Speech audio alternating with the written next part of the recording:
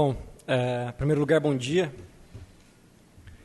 E aproveitando o gancho da partitura, da música aí, eu estava vindo para cá agora de manhã e lembrei de uma ocasião que fui assistir um show com uma amiga e chegando lá dava para perceber o estado de empolgação da banda, assim, como eles estavam animados em estar tocando. E aí foi engraçado porque essa amiga minha virou para mim e falou assim: nossa, odeio quando a banda se diverte mais que eu. E eu me lembrei disso porque acho que isso tem um pouco a ver com... Vocês estão me escutando? Isso tem um pouco a ver com o que pode acontecer agora. Afinal de contas, o meu prazer em estar aqui, poder discutir essas anotações iniciais do meu doutorado com vocês é bastante grande. Por isso, queria agradecer ao professor Lemaire, ao Pedro, pelo convite, à comissão. E, enfim, vou começar. Como a Marta já adiantou, eu sou aluno do doutorado aqui do Departamento de Sociologia do IFISH. E em meu mestrado, quando eu entrei aqui na Unicamp, eu analisei o modo de funcionamento da tecnologia celular de comunicação, para entender melhor o consumo do telefone celular, ou o que acabou virando depois, o consumo da mobilidade que a telefonia celular incorpora. Agora, já no doutorado, eu pretendo seguir explorando essa relação homem-máquina a partir do que a telefonia celular se tornou, uma rede sem fios de transmissão de dados. Vocês devem imaginar como a obra do Simondon é importante, ou vai ser importante, está sendo importante nesse trabalho. E por isso a minha fala, levando em conta o mote do encontro, que é falar sobre a urgência do pensamento de Gilbert Simondon, eu vou tentar indicar como esse pensamento tem me ajudado a apreender o modo de existência de algo que é bastante difícil de ser definido, mas que é central na minha investigação, a saber, uma rede. Para isso, minha fala tenta dar conta de um deslocamento específico entre rede e reticulação. Esse deslocamento, embora tenha suas especificidades, acompanha o movimento de todo o pensamento simondoniano, que, como a gente pôde perceber durante todo o encontro, se dedica mais aos processos de individuação que à lagmática, mais aos processos de individuação e à lagmática, que aos objetos individuados e às estruturas. Então, eu vou começar falando de um aspecto que me parece estar na base desse deslocamento, entre rede e reticulação, entre estrutura e processo, e trata-se do princípio de realidade da relação. Daí vem o título da minha apresentação: Rede, Reticulação e Princípio da Realidade da Relação.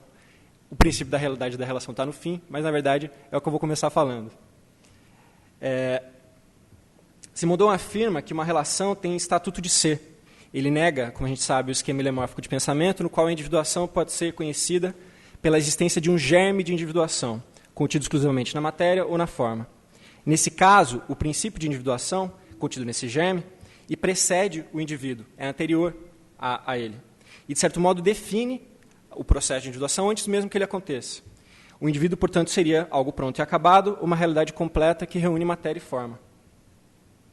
Simondon, como a gente sabe, contraria essa posição e emprega seus esforços em construir um ponto de vista que privilegie os processos ou as operações.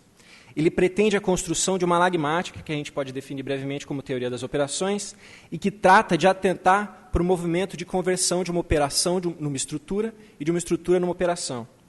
De certo modo, portanto, como chama a atenção a filósofa Muriel Combe, que falou aqui no primeiro dia, a lagmática de Simondon se interessa pelas mudanças de estado, ou ainda pela relação. A relação, portanto, desenvolve um papel central na filosofia de individuação de Simondon, porque, de fato, é o fator constituinte de um ser.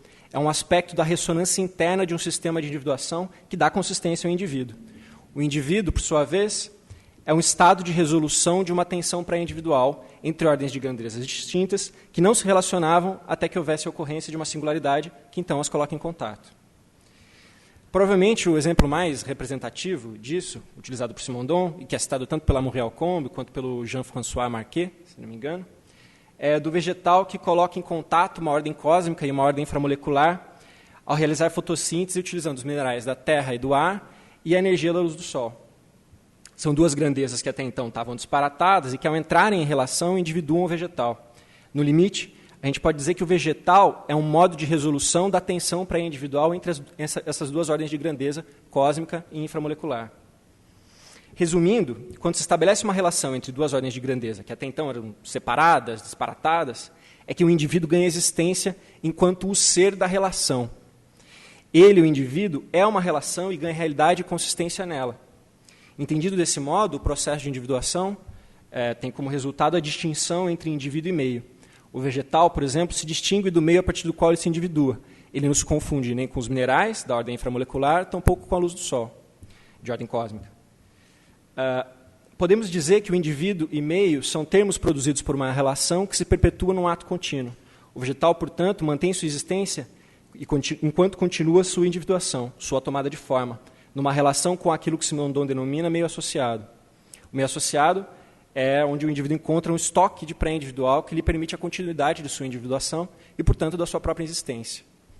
Nas palavras de Simondon, e aí eu cito, um verdadeiro indivíduo existe enquanto dura a tomada de forma, porque, continuo citando, após a operação, o que subsiste é um resultado que vai se degradando, e não um verdadeiro indivíduo. Ele completa dizendo, abre aspas de novo, um verdadeiro indivíduo é aquele que preserva consigo o seu sistema de individuação, amplificando as suas singularidades. Um verdadeiro indivíduo, então, é aquele que mantém sua relação com o meio associado, é aquele que é também o locus do pré-individual e que permite individuações ulteriores, posteriores. Né? O que eu pretendo ressaltar aqui, lançando mão dessas citações, é que o indivíduo existe enquanto dura a relação que lhe informa, que lhe dá consistência. O indivíduo existe enquanto processo de individuação, enquanto relação indivíduo-meio. Sendo assim, mesmo que o filósofo trate de diferentes regimes de individuação, físico, biológico, psíquico, o coletivo, e, portanto, a gente não possa falar da individuação de maneira genérica, em todos os casos é sobre a relação que se assenta o critério de realidade. É real aquilo que é resultado ou está imbricado numa relação. A relação é o que dá realidade aos seres e os atravessa em seus diversos níveis. Nesse sentido, não há substância ou termos que antecedam a relação. O próprio meio, ou sistema energético constituinte, onde se opera um processo de individuação, é entendido por Simondon, abre aspas, a atividade mesma da relação, a realidade da relação entre duas ordens que se comunicam por meio de uma singularidade que a gente pode chamar de informação. Pois bem, se é a relação que constitui e dá existência aos termos de um processo de individuação, seria, no mínimo, uma incongruência pensar uma rede como uma relação entre termos que pré-existem a ela própria, como conexão entre pontos. Uma rede é, antes de tudo, um cruzamento de relações na medida em que as linhas precedem os pontos. São os cruzamentos das linhas que produzem os nós de uma rede.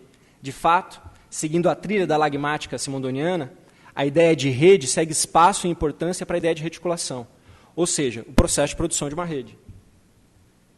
É a operação de estruturação ou de produção de uma rede que parece ser mais interessante. De outro modo, trataríamos uma rede como uma estrutura estática sobre a qual não incidem transformações, um simples rapport de termos. E aqui tem uma questão interessante, que é a distinção que Simondon faz entre rapport e relation.